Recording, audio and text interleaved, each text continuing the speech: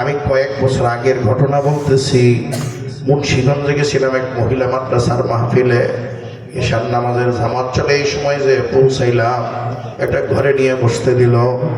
বসার 10-15 মিনিট পরে মাদ্রাসার যিনি পরিচালক, প্রতিষ্ঠাতা হাজী সাহেব, আমার পূর্ব পরিচিত চরমনের মুড়ি, আমার সাথে দেখা করার জন্য ঈশার মুসাফা আমার হাত ধরছে আর ছাড়ে না, হাত ধরেই কেঁদে দিছে। আমি বললাম, হাজী সাহেব কান্দেন কে? আরো জোরে কান্দে। কান দিয়ে কাছে এনে মাথাটা আমার বুকের মধ্যে লাগাই আমি আদর করতেছিলাম। কমপক্ষে 10 মিনিট তো হবেই, কান্না আর থামে না। আমি বললাম, হাজী সাহেব ঘটনা কি, খুলিয়ে বলেন। মাহফিল বন্ধ করে দিছে, কয় না। কোনো অসুবিধা, অ্যাক্সিডেন্ট হয়েছে, কয় না।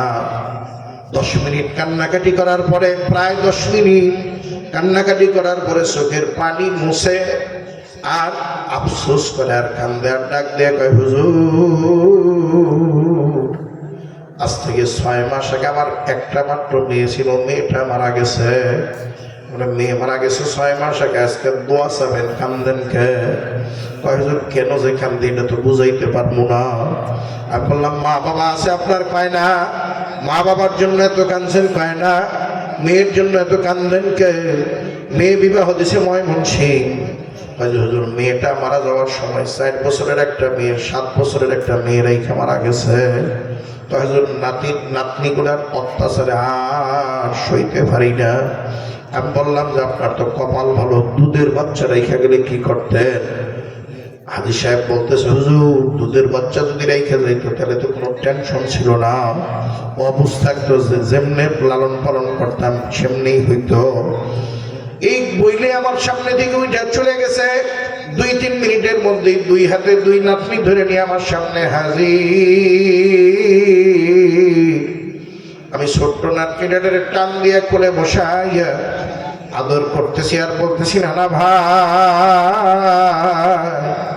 তোমার নানা তোমার বেশি আদর করে না, তোমার নানু তোমার বেশি আদর করে। ছোট্ট মেয়েটা বড় বড় চোখের আমার দিকে তাকাইছে, চোখে পানি টলমল করতেছে। বোঝা যাইতেছিল সারাদিন কাঁদছে, কাঁদতে কাঁদতে চোখ মুখ ফোলাইয়া ফেলাইছে। হাজী সাহেব কয়, হুজুর কিছু জিজ্ঞেস করিয়েন না। দুপুরের পরে আর আব্বা ময়মনসিং থেকে আসছে। দরজাটা খুলে দেওয়ার পরে 2 বোন অবুজের মতো একটা সিলের মতো রেল দিয়ে যে গলা জড়াইয়া ধরছে। বাবার গলা জড়াইয়া ধরে কাঁদতেছে আর বলতেছে, আব্বু তুমি আসলা, আম্মুরে নিয়ে আসলা না। মাদ্রাসায় তো অমুকের আম্মু আসছে, অমুকের আম্মু আসছে, অমুকের আম্মু আসছে, আমাদের আম্মুকে আজকে আসবে না। যখন বাবার এই কথা বলছে, বাবা তো কাঁদতে কাঁদতে বেহুশ হয়ে গেছে। আজকে আসরের নামাজের পরে আপনার কোলে যেই নাতনি, এই নাতনিটা আমার টানতে টানতে আর মায়ের খবরটা আমার বাড়ির আঙ্গিনায় দিছি। এই পিচ্ছি নাতনিটা আমার ধরে টানতে টানতে আর মায়ের কবরের কাছে নিয়ে গেছে। আর মায়ের কবরের কাছে যাইয়া আমার পায়ের মধ্যে টাস করিয়া পড়িয়া কাঁদতেছে আর বলতেছে, নানা ভাই, আমি তোমারে দেখছি আমার আম্মুটারে এখানে গর্ত করিয়া তুমি মাটি দিয়ে ঢাকিয়ে রাখছ, তোমার পাও ধরছে, আর কোনো দিন আম্মুটারে দেখতে চাবো না। আজকে মাদ্রাসার মাহফিলের দিন, আজকের আম্মুটারে এখান থেকে উঠে দাও, আজকের জন্যই একটু দেখতে চাই, আর দেখতে চাই না। ওই যে হুজুর আমি পাথরের মূর্তির মতো হয়ে গেলাম, চোখ দিয়ে শুধু পানি পড়তেছে।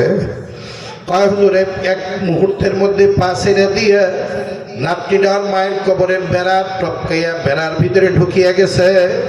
ভিতরে ঢুকিয়া মায়ের মুখের উপরের বুকের উপরের মাটি খামসাইয়া খামসাইয়া সরা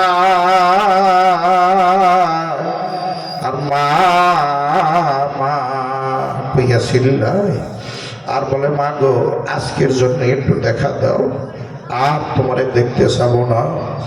আল্লাহর বন্ধুর এরকম এতিম বাচ্চা, এতিম সন্তানেরা কিন্তু এইখানে আছে।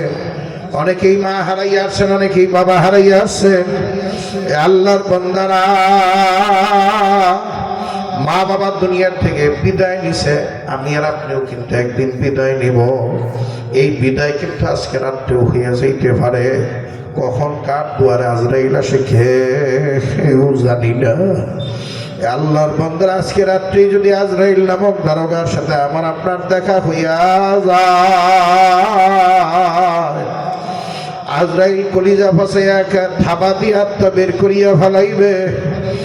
বাবার দেহ থেকে আত্মা বের হইয়া যাইতে দেরি,